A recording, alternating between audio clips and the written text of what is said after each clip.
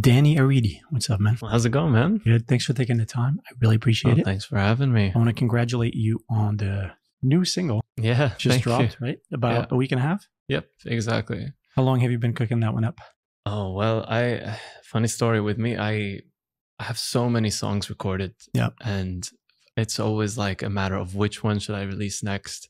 And then I'm such a, like, if I wasn't a musician, I'd be a filmmaker. So the visuals are so important for me. Oh, yeah. That I can't release something without having like a nice music video, a whole idea for the cover art and the visuals of it all. Speaking of which, the video, man, kudos. Very nice concept. Very well executed too. Yeah. It was a simple sort of idea and a 1.5 day shoot, really. Yeah. And, it's been done before by Jack Johnson, who's someone I really look up to. And so I was really inspired by him, even the song with like the acoustic vibe, influence. Yeah, for sure. I mean, it's very well executed, both sonically, visually, performance, and it's not trying to be anything else per se. You know what I mean? Right.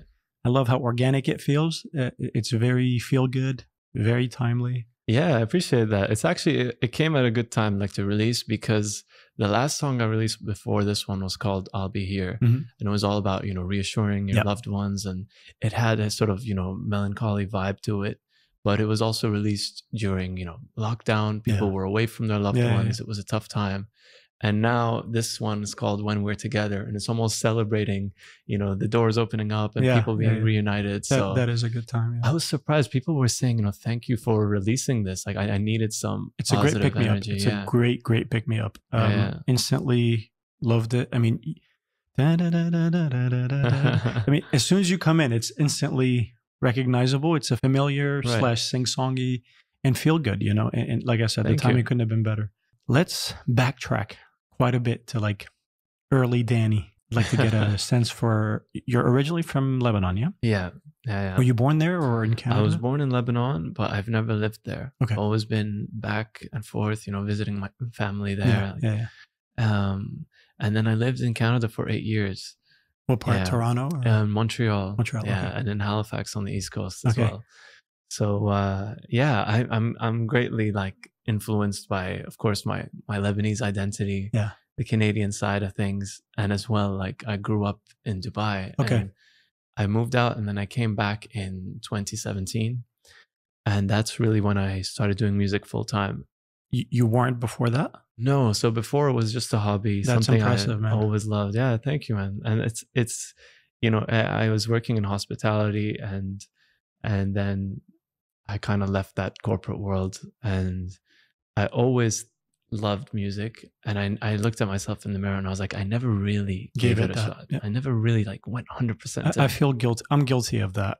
It's escapism. You know what I mean? I never really, even though I dabbled into, a lot of things, but I do regret not giving that 100%. Well, it's never too late, man. It's not. And I'm actually, I'm trying to use my circumstances in my favor, and I'm planning for something hopefully soon. But amazing. I commend you for that, because it takes a lot of guts and courage. It's not easy to leave the security blanket and all that to kind of go full force. Yeah. How's that working out for you, just out of curiosity? Well, it's been great. Pre-COVID and things, I was being booked all the time, and now it's nice. Gigs are coming back, fast, which is amazing.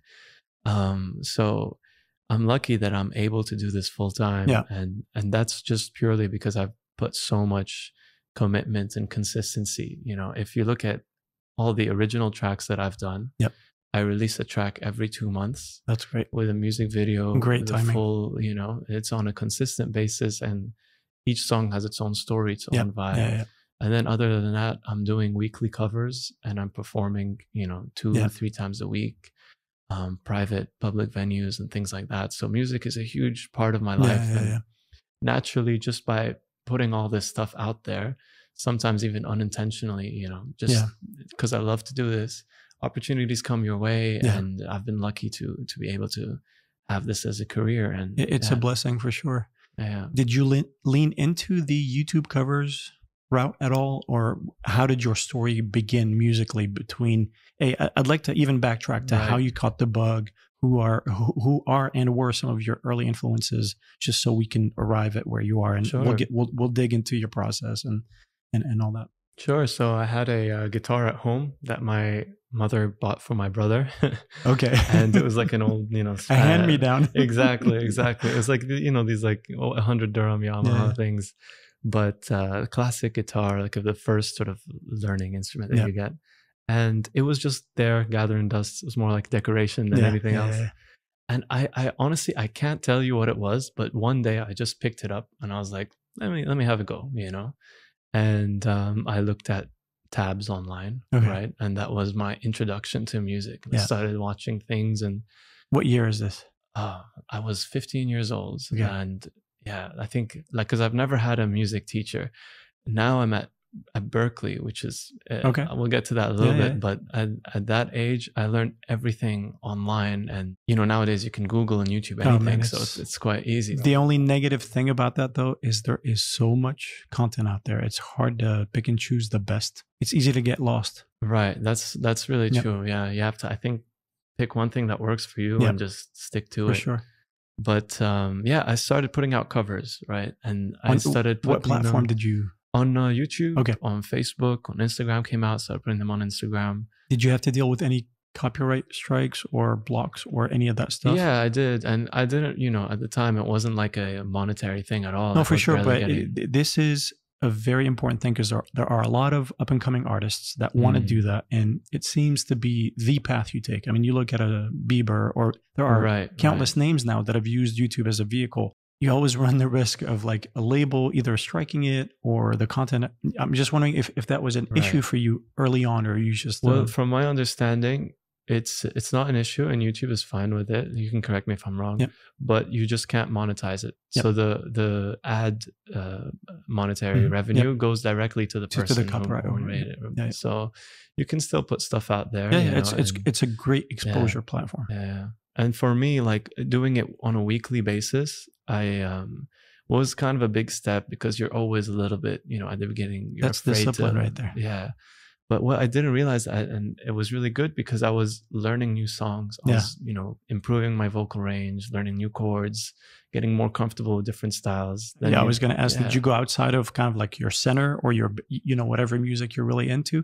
Did you try to experiment with like, so let's say you're into more singer-songwriter type music. Did you go pop? Did you go super indie? Did you go... I did. Yeah, I was, what are the extremes for you? The extremes, well, I used to listen to Metallica and things like that. Had long hair down to my shoulders.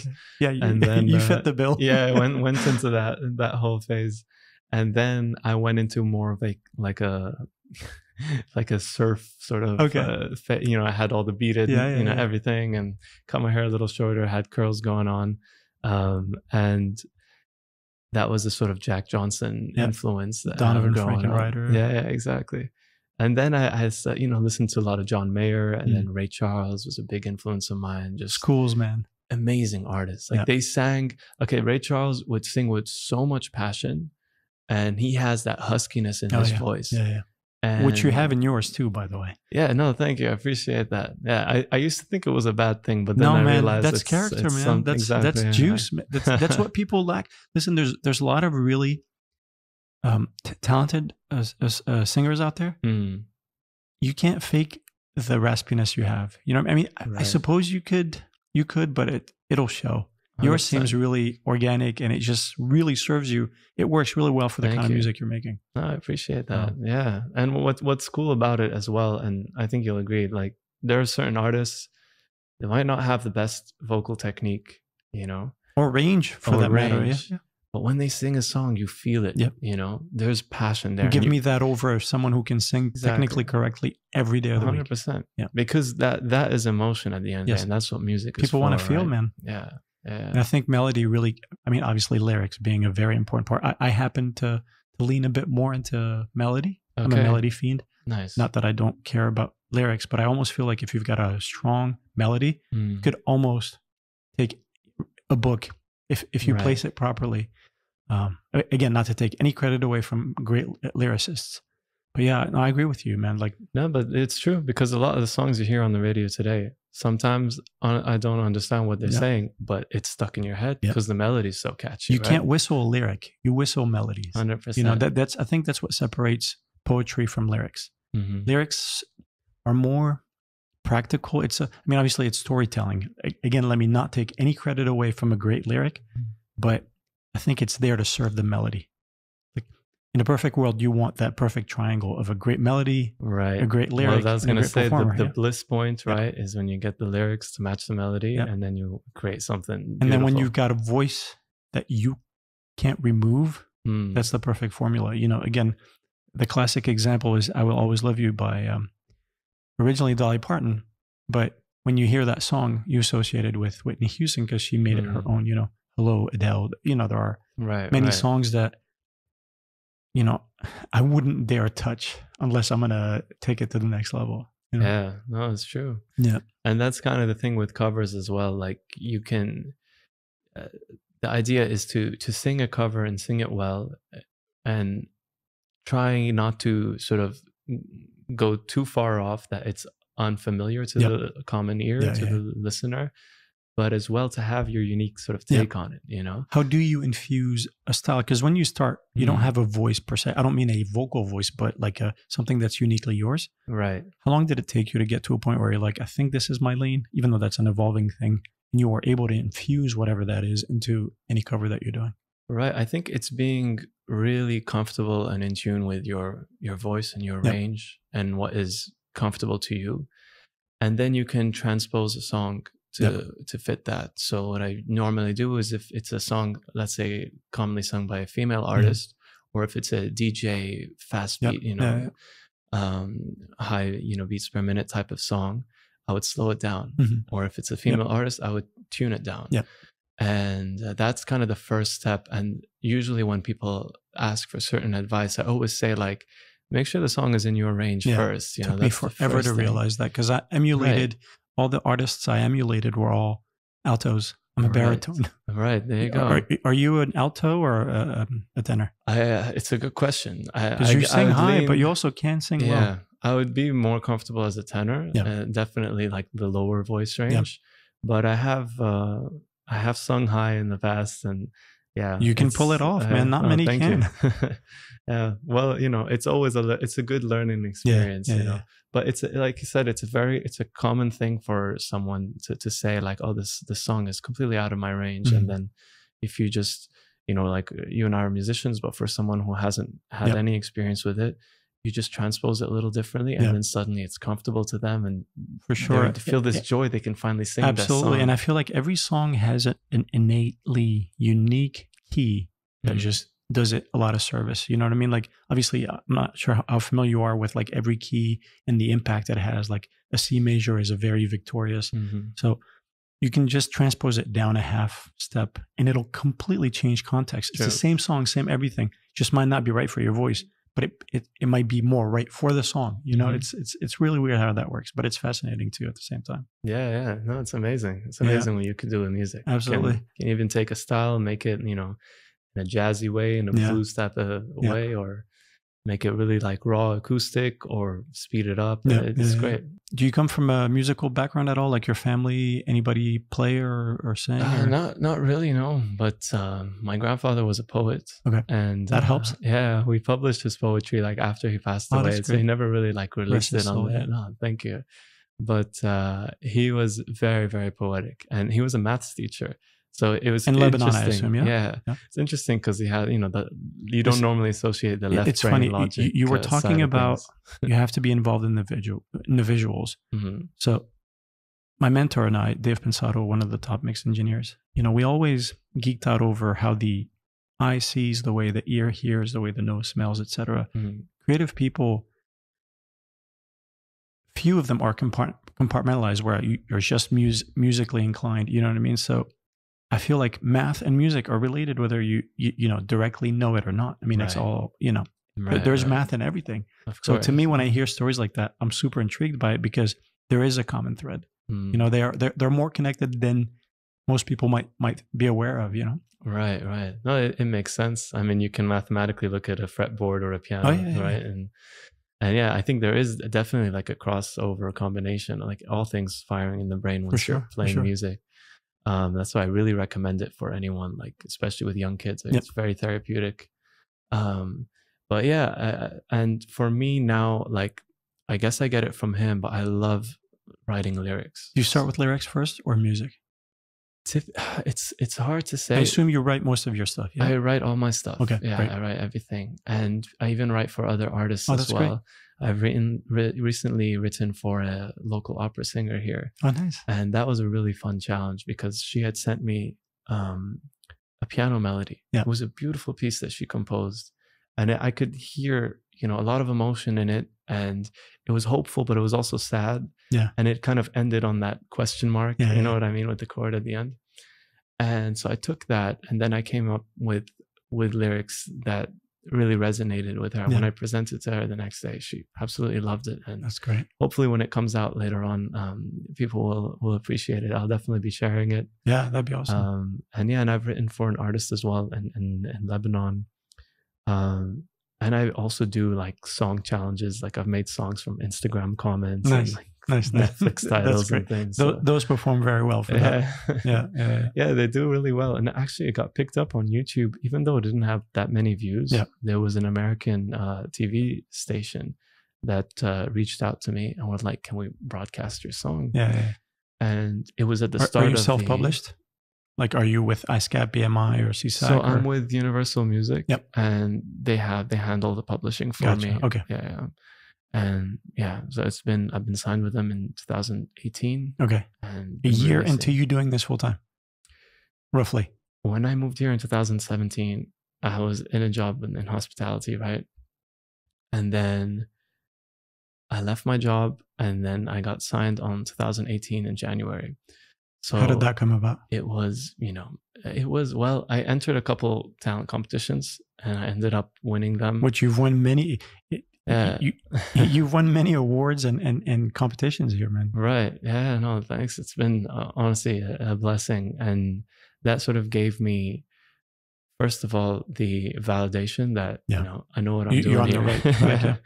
And then, because it's all sorts of things. Nowadays, as an artist, you need to be a full package. You know, gone are the days where they take like a Justin Bieber and artist development does not exist anymore. Right? It's super far and few between now. It's very rare. And if it is, it's with, like groups and bands and things.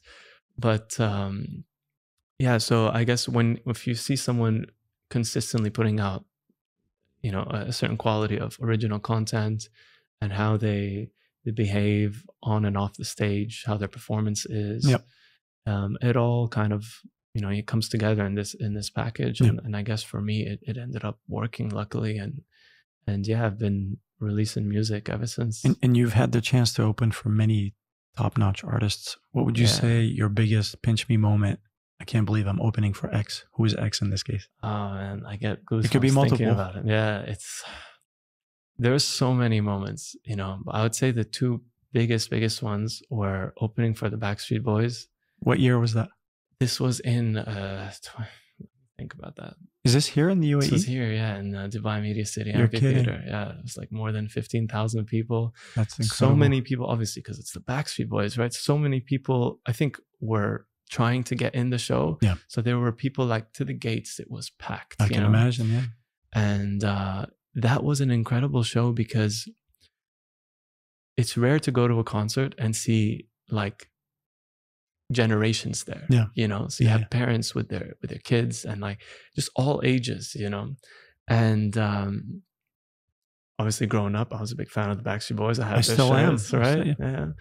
And it was surreal to see, them doing their dance moves and singing all those catchy tunes. And then, so the thing is, the demographic is no longer screaming teenagers. Those teenagers are now considerably older. Yeah. But like they took their young kids to show them, like, this is what I used to listen to when I was your age, which was really cool to see. Yeah. And as well, that was a few concert openings where I got to meet one of the performers. And I met AJ backstage, and he was telling me like, that was a great set and well done and all that. So it was really, really cool to hear that from him and to, and then most recently, a really memorable one was Bruno Mars opening up for him on New Year's Day at the Do Arena in Abu Dhabi was also a massive show. And it's always nice to do a New Year's gig. And he's such a great, performer. He's amazing. He's very charismatic on stage. Yeah, definitely. They've got instruments and his, group of friends playing. Like, it was an incredible experience. Yep. And yeah, those are two really memorable ones. I can imagine. Yeah, man. I'm so proud of you and what you're doing. Thank you, man. I have some reservation about trying to do what you're doing in Dubai, especially because it's in English and it's not a super well established music industry quite yet, and it's tough to crack. Your audience may be here today and gone tomorrow. Right. Unfortunately, especially for gigging, I feel like, unfortunately, this is not a knock to this city because I love it and I love what they're trying to do here. But because you're doing it in English, I almost feel, and it's a gut feeling, you'd be better served at some point. I think it's good that you got your start here and you're establishing a fan base, even though gone are the days of, oh, you need to geographically be somewhere to make it. You don't need to be anywhere to make it. But I feel like to really advance what you're trying to do, you're more of a gigging musician, more so than maybe a radio. You're not relying on hits necessarily. I mean, you make great music, sing along music, but it's not. I feel like you need to be touring constantly, and your options might be somewhat limited in this region. I would assume. Correct me if I'm wrong. Right. Well, I'm really proud of the fact that I was able to start my career here and get signed and things like that, and do all the things that I've done. But there is a certain aspect that perhaps the next step would be a collaboration with like an artist somewhere in the West or something. Even though I've tried to kind of part of me still wants to make it from here and show that you can do it. I commend that. It's a tough thing to solve for. I'm not saying it's impossible. It's just because the story. It's one foundational piece after the next. Right. You've got an amazing foundation, but there comes a point where that snowball effect needs to happen. And I feel like part of your snowball needs to be more live gigging. And unfortunately, I don't know that there are enough. You're limited. Because it's still growing, right? Yes. And it's a very sort of in the early stages. And unlike many other cities, there's no music managers here. That's what I'm saying, Agents. That know how to work that. Exactly. You almost got to go back to the drawing board and say, how do we start from scratch? Right. That as an artist, you're every bit as good as a lot of really, really good and established artists. It's not a knock at all to your how talented you are or how good your stuff is. It's definitely on a world, it's world class for sure. But the city itself hasn't caught up with the way the industry works in terms of, because it has to compound. One person needs to tell the next. Mind you, the internet can help you a lot, but do you have the Canadian citizenship? Yeah. So you don't have a problem of going abroad. I feel like you're going to, at some point, need to go and kind of share and spread your message and story outside of the region for it to really resonate. Unfortunately, we still have the problem of we take more seriously artists that are from over there, wherever that might be, than artists that are from here. If Bruno were from here, being as good as he is, he wouldn't have the platform. That's my feeling anyway. Right. Well, I mean, I understand, and I can see definitely there is a, the local scene is maybe not as celebrated as if you were, for example, like in America, if someone is from Detroit or something like that, the whole city would go, really. Here, unfortunately, because, I sing in English and things, perhaps it's still not at that stage, but I do see a lot and there I see it growing. There is for sure, so but it's super. There's potential there, I just, my, not fear. I mean, listen, the fact that you're doing full time already is a blessing and a half. You know what I mean? The fact that you don't have to do anything else, that is worth its weight in gold. Like, many people would kill to be in the position that you're in. But to your point, it's a scale thing. You want it to scale because, like I said, it's not a lack of, oh, he's still working out the kinks. You have it all worked out already. You know what I mean? Like, I feel like your music is ready for a base that you might not be able to get here. No one's fault. Yeah, I think the next step would be to do some tours in Europe, or to expand back to Canada or the States, just to kind of share my music with the world. Yep. And I think there might be a time, hopefully, knock on wood, in the future where I do have a big project, and then I get called back here, and I can celebrate. I see that happening. I almost feel like you have to leave to come back, and when you come back, you can really tie in these are my roots. This is where I got my start. We need here, when I say we in the UAE, a few stories like that of someone that really, this was their home base. Right. They went and did their thing. They came back to lift it. Like, for instance, the DC area, for instance, lots of talent came out of DC, but not from DC. They had to go somewhere else, whether it was New York, LA, wherever else, until like these guys are originally from DC. So that really encouraged more local artists. But unfortunately, to this day, most of them have to leave DC, even though it's, I mean, there are a lot of micro genres there, whether it's go-go music or certain types of R&B or whatever, like Crazy in Love, that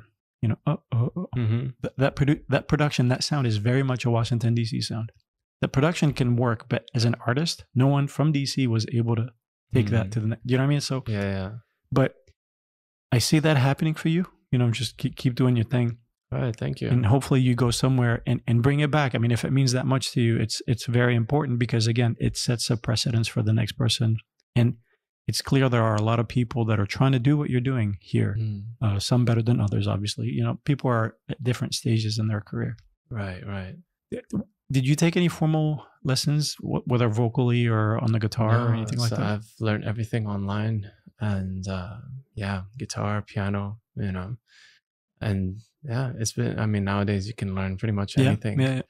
Do you feel less than, or like, are you familiar with the imposter syndrome? Like, where you like, I don't exactly belong here. You feel like you have to fake it till you make it. I'm not saying that's what's happening. No, it's a common thing that people go through. I'm fully aware. Like, when I play the piano, you don't have to be the best piano player. I can play the chords, but my technique, if you look at like my fingering and how I move around, like the noises are coming out, but the technique is all wrong.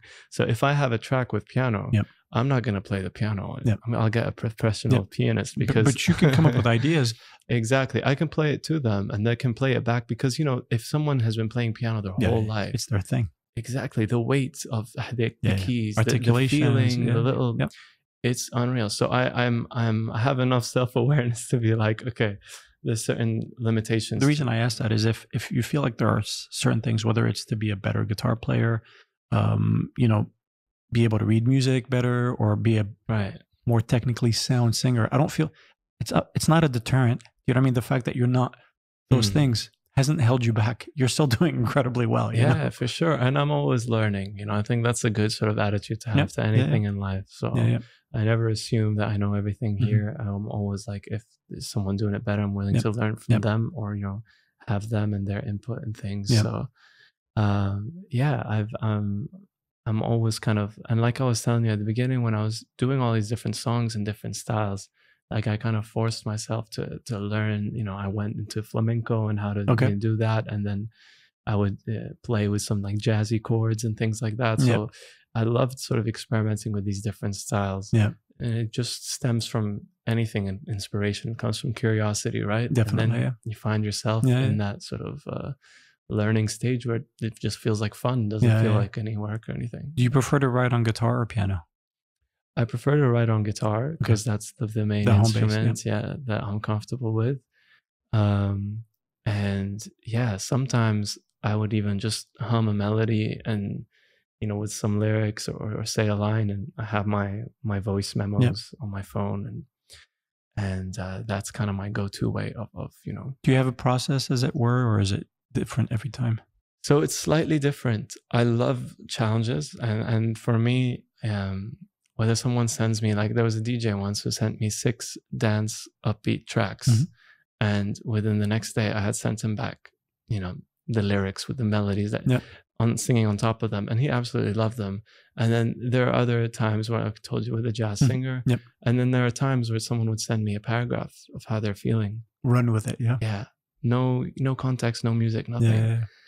And so I love these things. I'm not good at many things, but writing a song is something I love to do. And so it kind of differs, and I like that it does, because I don't like to have, and this goes with performances as well, I don't like developing a routine or a superstition, because I am slightly afraid that I'll be reliant on that thing. A lot of people do, unfortunately. Yeah, a lot of people do. You know, and it's across the board. Like there are some football players that have the same things. Yeah. You know?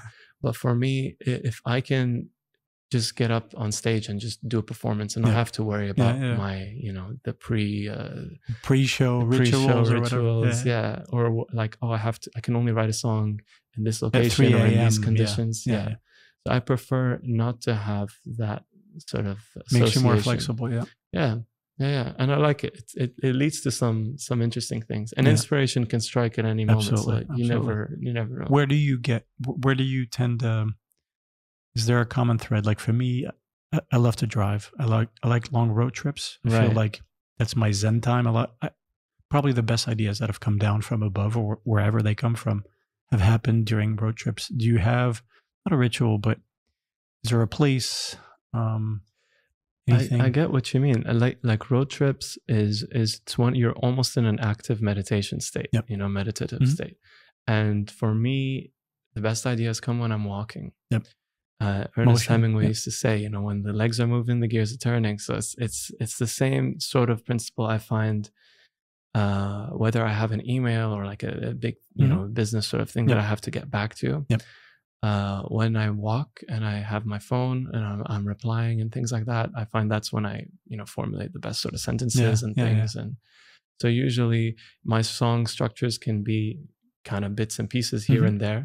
But then when when I have like a nice sort of walk with headphones on, sometimes it doesn't even have to be playing music. But I'll just be on the notes, structure it down. And that's kind of the basis of it all. So I think like, you know, it's similar to the road trip thing where you're doing something that is not, you know, extremely excessive in activity, but stable enough that you're in a relaxed mental state to write. Let's get into Berkeley. You mentioned it earlier. Let's talk about that a bit. Yeah, well, this was a really nice surprise. They sort of reached out and they're doing this Pearl program now, performance and artistry program at Berkeley, Abu Dhabi. And so I've been... Is this an in-person or virtual? It's both. So we've had studio sessions and we've had some virtual sessions with people in America. You know, I've had someone like Michael J. who wrote songs for, you know, so many artists. I think like over 60 million records sold and things like that. Critique my songs and give me feedback, and the words he was saying was, you know, you've got hit songs here. I shared with him 3 songs that are unreleased, and to hear his feedback, because it was so nice to hear. How many songs do you have in the bag? Oh, so many. Mixed and mastered, I think more than 12. Bits and pieces, we're talking like 25, 30 plus. But how do you decide which ones to release, or is there a strategy of sorts, and how involved is Universal? Do you have management? I'm self-managed. Okay. Does that hurt you? I would say it's helped me grow in a lot of ways, because I've formulated all these relationships with people in you know, the F&B industry, with people in the entertainment over here and that host events, different sort of agencies, you know, that are in charge of hosting festivals and stuff like that. So I learned, you know, to grow from the ground up from there.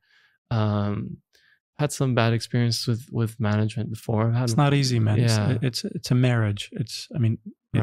That relationship is a very sensitive because it's at the end of the day, you're going to spend most of your time with that person. It has to be built on trust and all this. And unfortunately, I've only met one manager who, you know, wanted to manage me, but it was not a fair deal, honestly. And I was like, you know, this doesn't feel right. So I rejected that. But for me, it's been almost a blessing, because I've learned to do all of these things, you know, and with music and with anything, you don't really do it on your own, in the sense that it takes a lot of people. It takes a village to make a song. Yeah, absolutely. To host an event, there's a lot of people involved, and I'm grateful to everyone who's helped, you know, put them together.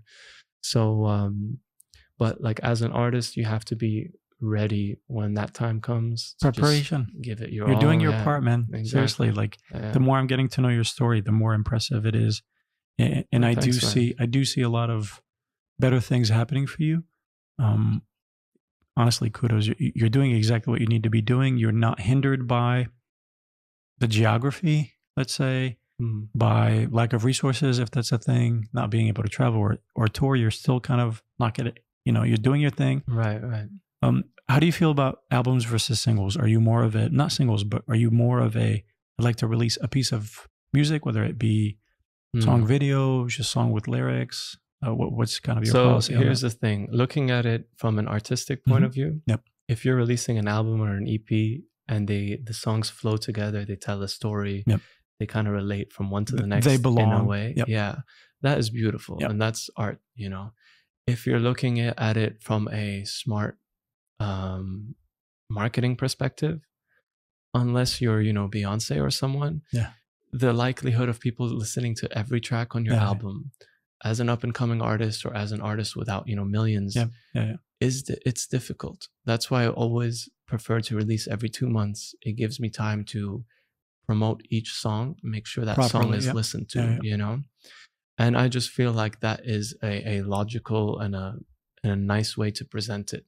Because if I released, 5 right now, you might like 1 or 2 tracks on that. Someone else might like the 3rd and the 4th on it's that not record. Concentrated enough. You're not giving each one the chance that it could have. Exactly. Yeah. But then there are also some situations where different platforms prefer to promote albums and things. So I understand. And I like when artists sometimes try a bit of both. That's always good. Have you tried the EP/album route, or just haven't gotten to that point? I haven't. I recorded an album, and before releasing, I thought about it, and then I decided I'm gonna just release singles here from this collection of songs that you worked on. Yeah. And I'm glad I did that because it's smart, man. Especially today in this climate, I think that's the right move. Right. Yeah. You need to give each song a chance and let it be heard. Do you hope to one day get to a point where you have the fan base and you can serve them an album? Is that something that kind of scratches an itch for you artistically at all, or not necessarily? Well, in some ways it does. I'm more leaning towards maybe if you have like an EP or a couple tracks that tell a story from one to the next. It's a project. It's a thing. I think the Lumineers do that quite well. But it's, for me, I really enjoy the fact that each song tells its own story, has its own visual, its vibe. And so I show, for example, I'll release a song that's slow paced. The last one I did was, finger picking guitar, slow bass is like a deep bass going on and a little kick drum, and that's it. And then the recent one was very acoustic, upbeat, ukuleles, violins, pianos, all sorts of fun instruments. Who produces your stuff? So I work with a number of different producers. I've worked with Andy music producer in Abu Dhabi. I've worked with Ryan Bailouni. I've had him on the show, by the way. Yeah, he's a great guy. Amazing. He's a really good guy. And I've worked with so many, and in the Barco studio as well. I've worked with a producer called Russell, who's really good. All local, yeah? Yeah. And now at Berkeley, I'm working with Gael Hedding, who is a Grammy Award-winning producer, and who's, sitting with him has been transformational.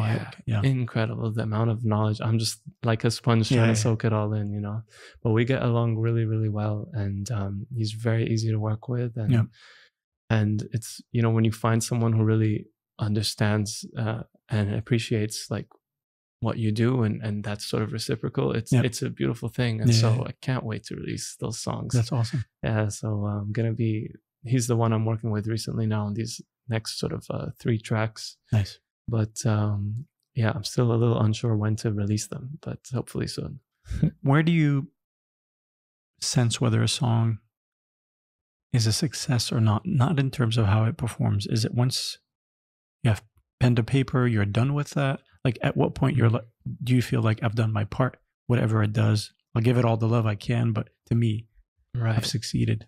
Where is that for you? Well, there's like, for me, something that I realized a little bit early on is, you write the song for you at the end of the day. It sounds a little selfish, but it isn't, because people are going to, appreciate it. But don't think about writing for others or anyone else, because it's your work, your name's on it. You have to be completely happy with it, right? And at that time, that song meant something to you or meant something to someone. And that's, the joy of creating the music. And then it really comes down to, because when you have to I release every 2 months. Have you been consistent with that? I've been very consistent with that. I think that's key. Yeah, I think that's been a huge part of my sort of story over here. But so once you have that song, sometimes it's really hard to predict like how well it's going to perform. Yep. There are songs that I've spent 15 minutes on, and songs that I've spent months on. Yeah. And sometimes a 15-minute one just performs better. It's more catchy. It's got a hook. Speaking of that, what would you say is your externally, not for you, what's the one that's performed the best for you so far? Okay, well, it depends on the platform, funny enough. And I'm not sure what to make of that. Maybe people, maybe it's showing maybe there's something about the demographics of people listening on a certain platform, what they prefer. But Fool For You has done really well. It's my sort of alternative pop song. Wanderlust has done really well. I like that song. Yeah, that was nice. We filmed that video in India. And yeah, those have been really good solo as well. The first song I released with Universal Music. I heard all your songs on your website. Amazing. Thank you. Yeah. Thank you. When was the last performance that you've performed at here pre-COVID? Or have you performed since? I've performed since. I performed at some private events, like little dinners and things like that in Abu Dhabi. So that's been really nice. Yeah. And I've got 2 performances coming up this weekend. Private or public? Public. Okay. Yeah. So the first one is, I'm not sure when this is going to be released, but it's on Saturday with Airworks Cafe, which is a really nice Australian cafe. They also do like yoga and things like that. Oh, so nice. It's a breakfast gig, which is cool. So people can have breakfast, and they even named like a burrito after me. I saw it. Did you post that on Instagram? Yeah, I saw that. So I love that. I wasn't sure if it was named after you or if you just happened. You're like, okay, this is called the Danny. Oh no, there was. Yeah, they have like specials every week. You know? Yeah. And then I have gigs on Sunday nights at Original Wings and Rings. And that's in the IFC. It's at 9 p.m. onwards. And that's, so there's something in the morning for the early birds, one for the night owls at night. How long is your set usually? So usually it's an hour. It's an hour long. And I split covers and originals? Yeah, exactly. Yeah. What's the most comfortable cover for you to do? Like, which one have you just like? Well, there's so many songs I'd love to perform, and yeah, some of them they just work so well with the crowd. I think Stand By Me is just, everyone knows the lyrics, everyone sings along. It's good with my voice range, my vocal range. Anything by John Legend pretty much does well. He's a great artist. He's amazing. And yeah, those I'd say are sort of the ones that always do well. What are the staple songs that you feel really paved the way for you? Like, for me, I can tell you which songs, which album, which releases, whether it influenced me to get into something or emulate the sound or whatever. Right. Just wondering who are the artists that really moved the needle for you? Like you looked up to, whether it's as a career, as a song, as a craft. Right. There's so many, and I take a lot of influence from so many different artists. Red Hot Chili Peppers is one. Yeah. Did you see them when they were here? I didn't. No. Oh my God. I'd love it was to, a great show. Yeah. Yeah. Yeah, they're a great band. I can imagine the energy there must have been amazing. It was great. Yeah. There's someone I always admired, and Jack Johnson, we mentioned before. He has that, acoustic style, simple vocal range, but just beautiful songs. Were you ever into the Dave Matthews Band? Yes, I was. I love Dave Matthews. Yeah. Great band. He's another example of incredible. He's incredible. Amazing. And the stuff they do with like 3 guitars and a violin just rock the whole venues. So yeah, Dave Matthews Band is one of them as well, I'd say. Are you familiar with Hootie and the Blowfish? I've heard of them, but they're so probably much. a bit older than your. They kind of started that. They're pre Dave Matthews in terms of popularity. Okay. We're talking 94. They where everything kind of was R&B, hip hop. They came in out of nowhere and just completely crushed it, you know, Nice. for that kind of more singer-songwriter sound. Right. Yeah, I was just wondering if I don't know. It could, like, correct me if I'm wrong here, but I think in the early 2000s and probably in the 90s and definitely before, there was a lot more sort of the genre of music that you would hear commercially was so diverse. Yes. Right. Yep. Whereas now it's been homogenized. It's been very homogenized. Yeah. And genres were a lot more pronounced before. There are so many genres are almost disappearing, which is both good and bad. But I think more good because before you couldn't go out of your lane. Like if you did singer-songwriter, people did not want you to do pop. You were immediately a sellout, you know? Right. Like I heard one of your songs is more upbeat. I don't want to say EDM, but it's more upbeat. It kind of, you know, took me back a bit. Like I was like, that's a departure. It doesn't necessarily fit the vibe per se, but it still worked. Do you know what I mean? Like it's because I had already heard 3 songs that were in one lane. And then I was like, your voice works. The melodies are great. The production probably needed a little tweaking or whatever, but I found it a bit jarring, but that's less an issue today because within a song, you could start acoustic and then go somewhere completely different. It opens you up to more experimentation, which I think is great. Whereas before, like I said, people weren't as forgiving, you know? Right. That makes sense. Yeah. And it's also funny to see different type of songs performing well in different regions. Yep. Right. And that shows for sure. Music taste. Yep. Like some of my songs do well in Australia and in Argentina. I can see that. Listen, anywhere, but you said it when you leaned into this surfer guy. That's in your DNA now, and I feel like any beach town is going to resonate with most of what I heard you do. Right. Any cities with a bit of an edge will also resonate. That raspiness. I mean, it's. I don't want to say it's systematic, but it kind of makes sense if you think of the textures that you infuse into your songs. Right. That it translates. Well it translates. You know what I mean? Like it's not in a clean. I mean, it can be clean, but it's rugged. You know what I mean? It's a combination of many things, which I think helps you a lot. But it's polished and it's legit, man. Thank you, man. Legit. I appreciate it.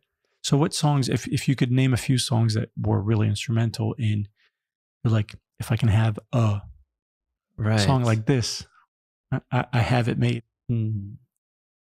Early, recent. With specifics, I would say, okay, John Mayer is another like big influence of mine. I think his songwriting abilities. He's a genius. I resisted it for a while. I thought it was a fluke, but even today he's coming up. No, he's next level. I mean, it's almost unfair. He's too good. Yeah, he's unbelievable. So I think one thing that he did, because he was, he went to Berkeley and he was very sort of like jazz, I think. He's militant, man. Right? But what he was able to do was he was able to take that and then branch pop into it. And for any listener, it was such a smooth transition. He cracked the code, but he did it in a way that is still musical. It doesn't offend. See, I feel like there are many camps, but if you had to break them into 2 camps, there are I want to make as much money as possible from music. And there's I want to stay pure to the art. He managed to find that lane that doesn't offend.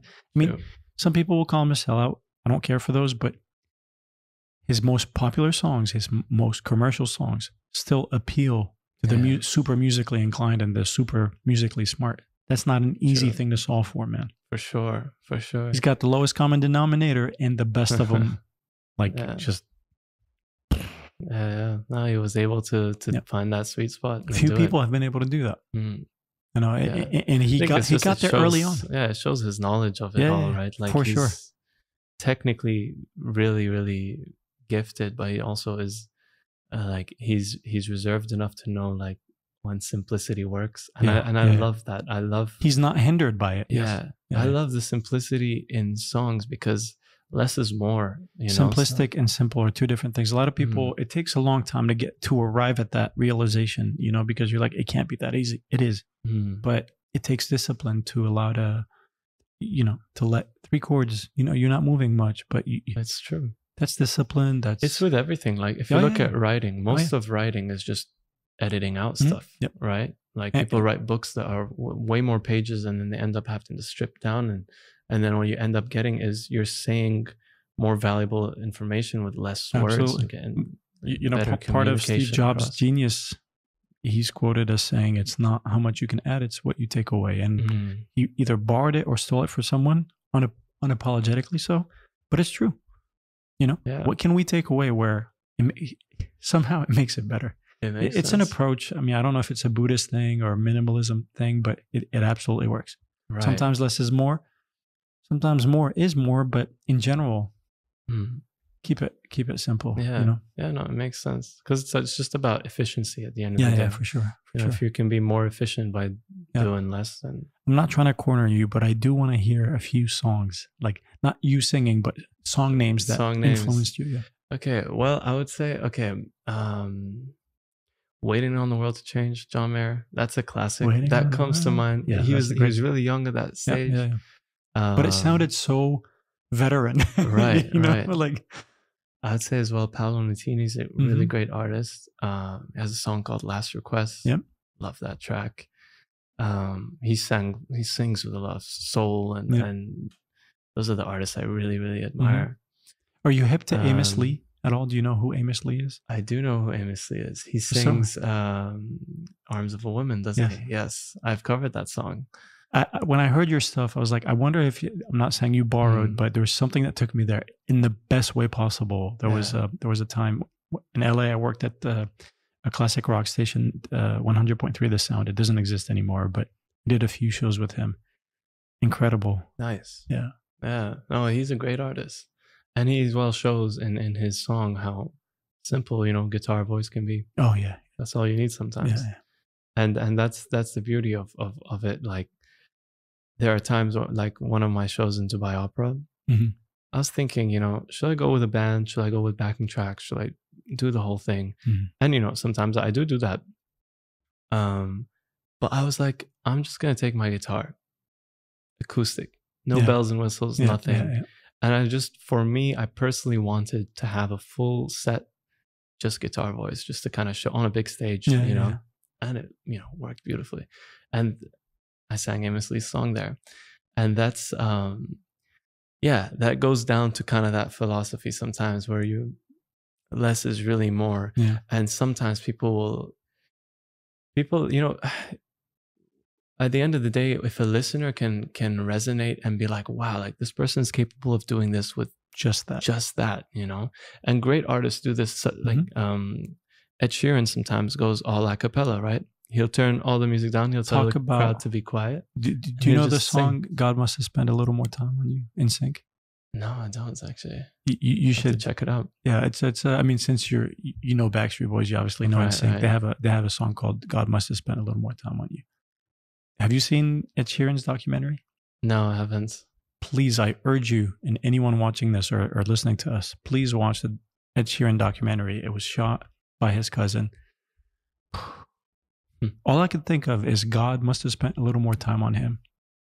He's nice. Talk about, like, please watch it. Please watch it. It will move you in the right way, not in a competitive way at all. I think you'll gain a new perspective and respect him even that much more. Nice. Homeboy is incredible, man. Yeah. No, but I agree with you. Ed is really good. Really, really good. Yeah. And you know how much more money he makes? I mean, if we're going to get technical, because he can do it all on his own. I mean, it's insane, right? man. He still loops in his shows. Yeah, but like he fills arenas with just him, and you don't feel like anything's missing. Right. Yeah, is there anything better than that? Yeah, you know? No, it's amazing. Yeah. At the end of the day, if you get the message across, it doesn't really matter how you end up doing it. Yeah. Right? That's all. Yeah, you get that feeling and that sound is there. What songs do you wish you wrote? Do you have songs that you're like, I wish I wrote?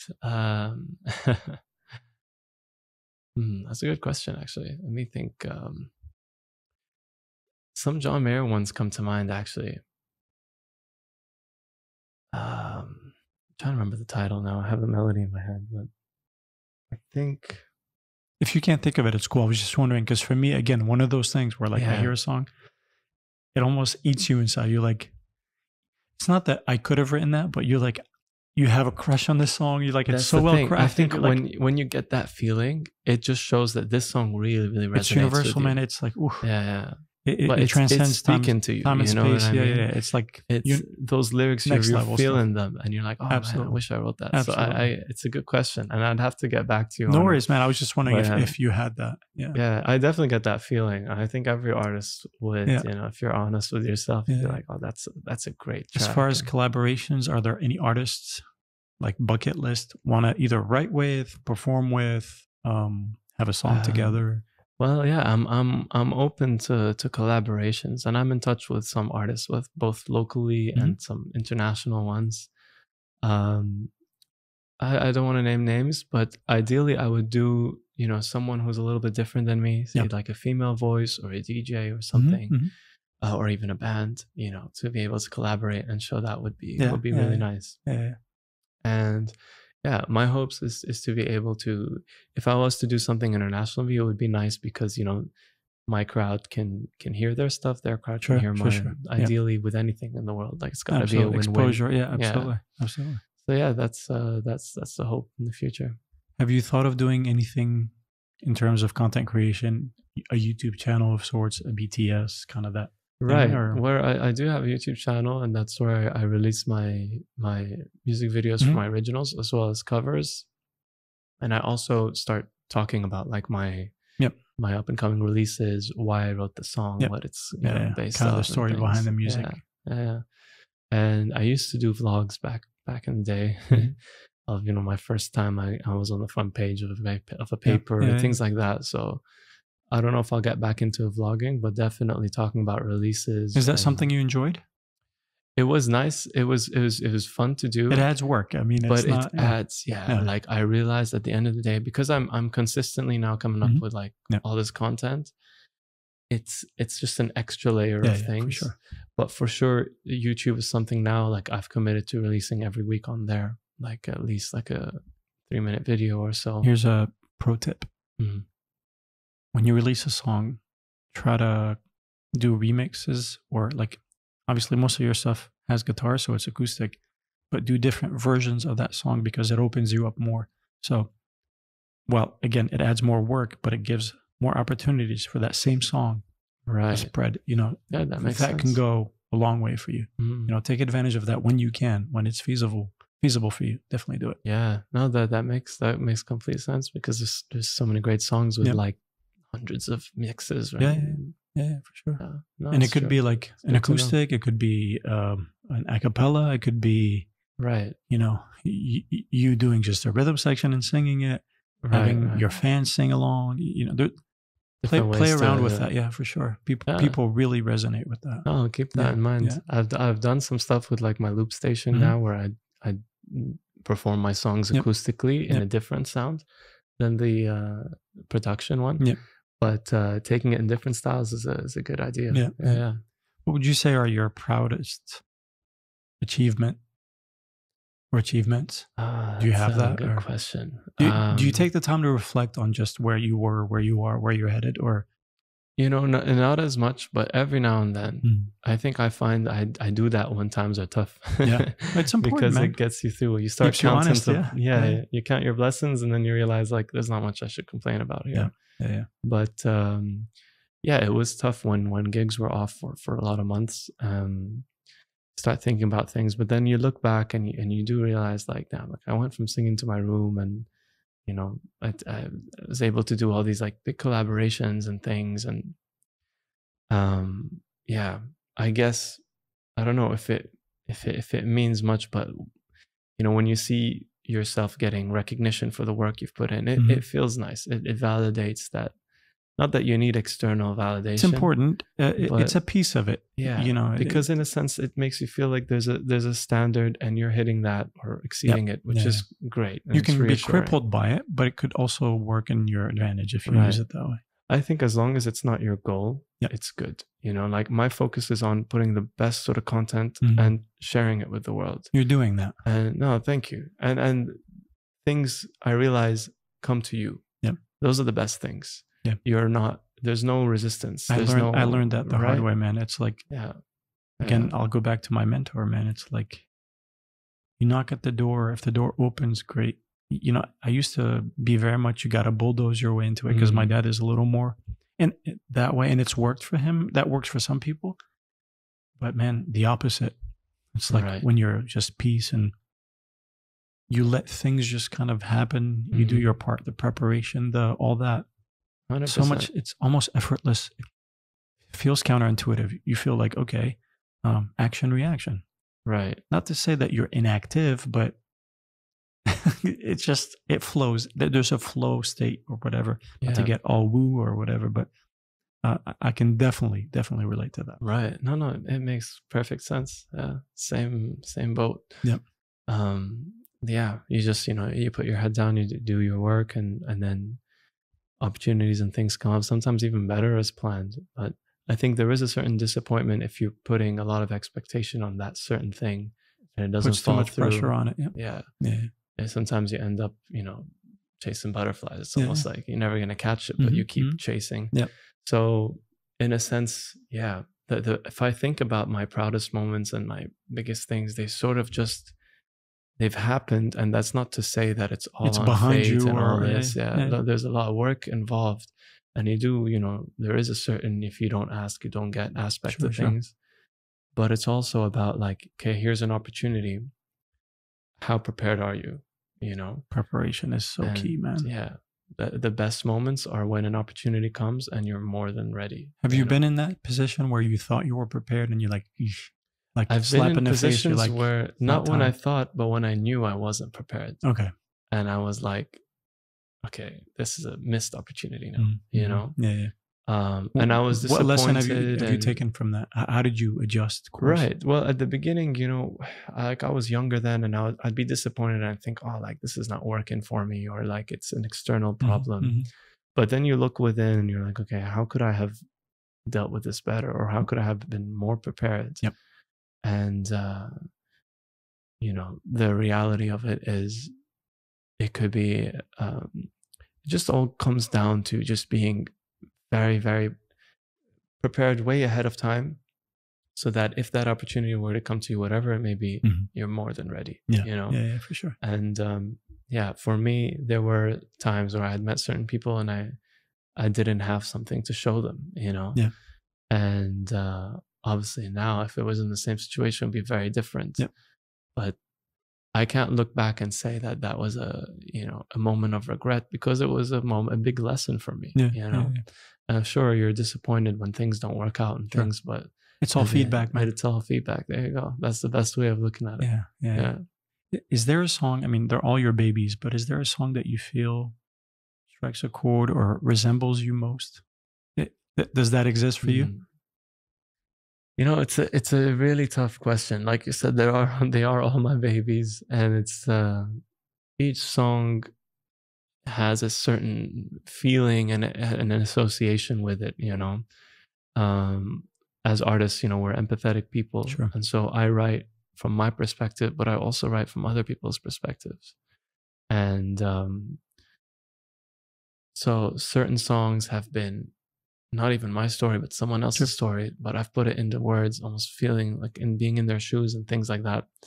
And that resonates with me, and it resonates with a lot of people. And it's almost like character acting, like it is. It's like method acting, like you live it to be able to, which isn't really, I have a song called Act Naturally now that we're talking about this. And the whole song is full of oxymorons, because you can't really act naturally. You're acting, natural or you're acting, right?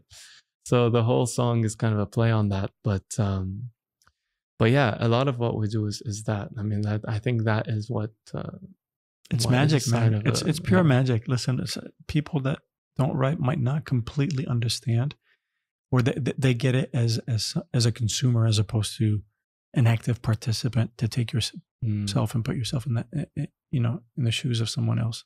But it's fun. It takes a certain type, to be able to do that and pull it off and do it well.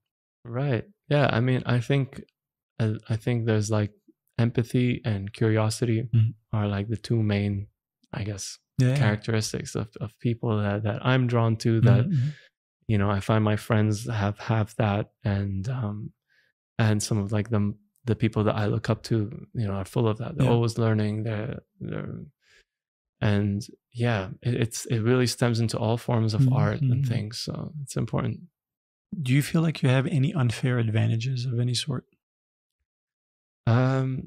No, because I've in my life I've been, up here, living comfortably and things are going great and all that, and then experienced the really lows. I mean, that could count as an unfair advantage. That contrast. Yeah, being exposed to that. I don't mean that as in like I was born with a silver spoon. That's not exactly what I mean. I'm just wondering, in reflecting about your story, if you feel like, were it not for this, and it doesn't have to be money, it doesn't have to be material. I'm just wondering if, so as you're describing, well, I understand what you're saying, but when you said that, I feel like that in itself could count. It could be, I guess experiencing both sides, of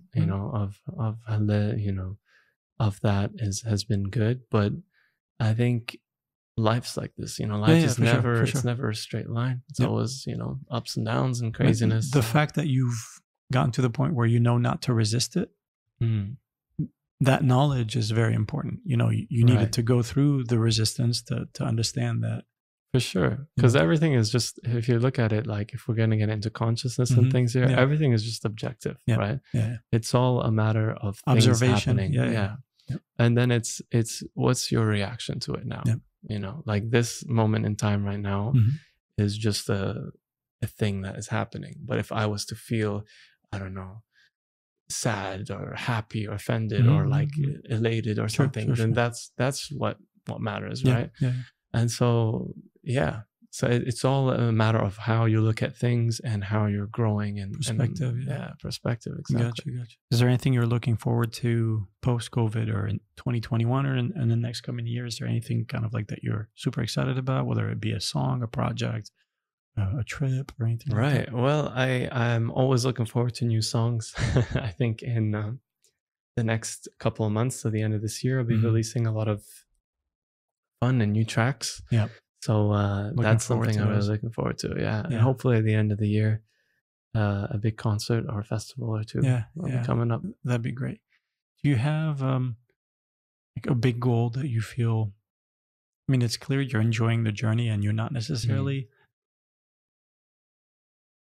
you're like peak driven, like I don't want to reach the peak of that mountain, but is there something that kind of pulls you in that direction? Well, it's something that I've learned. It's really good to be ambitious and to set, to dream big. It's a carrot and a stick, man. Exactly. Yeah. It's really good to dream big and everything, but I try not to set myself crazy goals beyond 2 weeks. That's a good practice. Because I've learned the hard way, from you never really know. You can plan all you want. You never really know, right? Yeah, that's true. Like nothing's promised. Yeah. Last year, you didn't know you'd be here. Yeah. You know, like last week what would happen sometimes. Yeah, absolutely. But, that's not to say you shouldn't plan and have a schedule. Yeah. I still write down things and all that by hand. I love doing that. Yeah. And I love, being organized with my days. But speaking of which, do you have a system that works for you? Well, I've got a calendar. I'm old school in this way. I've got a calendar on my desk. Yeah. And every day it's, staring at me in the face, and I write down notes. And I cross them off, and I write down at the end of the month, like little achievements that month, like, oh, I released a song this month, and, or I filmed this clip here, or I met this person, or I did this thing. Yeah. Just so if I were to look back at it, like I still have the calendar from last year and the year before. Yeah, it's a and reference. I'm able to see like, oh, that's what it took to get here. Exactly. And that has been, it's a form of journaling as well, and it's organization. So it's been really nice. I love these little breadcrumbs. Yeah. And I know like sometimes my friends send me like, there's many apps for this, but I just can't find myself. But it is a slight disadvantage, because sometimes I tell people like, let me get home and I'll get back to you. Yeah, because I did with you, right? Like I'll get back to you tonight because I have to go and it works for you, man. See, yeah. If it ain't broke, don't fix it. Exactly. But if you're curious and interested to delve deeper into that, I don't know if you're hip to Notion. There's an app called Notion. It's a bit complicated, but it can do a lot to systemize everything. Cool. Just be careful when you search for it. You might really get lost in that rabbit hole, because it's both simple and powerful at the same time for that kind of stuff. Nice. But it's helped me a lot, just to systemize, my process. But whatever works for you. It's not one thing is more right than the other. Right. I don't get the sense that you're someone who regrets much, but if there's anything that you could go back and do differently, is that a thing at all? Or no, I wouldn't change a thing. Yep. I think, you know, you can look back and be like, oh, you know, maybe I shouldn't have said that or done that, or like I could have done this a little bit better. But yeah, in a way, it's made you who you are. For sure. And for you to realize that makes you avoid it, you know? Yeah. So, yeah. Accept. No regrets. No regrets. Like that tattoo. Yeah. No, right? No Remember that one? So, yeah. I think that was good. That was really good. So for anyone wanting to either follow your stuff or get in touch, what's the best way for them to hit you up? So, they can follow me on all the streaming platforms. Just Danny Aridi, DANNYARIDI. And yeah, they can keep up with my sort of shows and things on Instagram. I always post stories and things like that of where I'm performing, new releases. Music is up on my YouTube as well. So yeah. I can't thank you enough, man. I'm glad we were able to make this happen. This was fun, and I'm looking forward to having you on again when you have some new stuff. And sure, man, anytime. You've got a very bright future, and congratulations on everything you've done so far. Appreciate that, man. My pleasure. Thank you. Appreciate it. Thanks, bro. Cheers.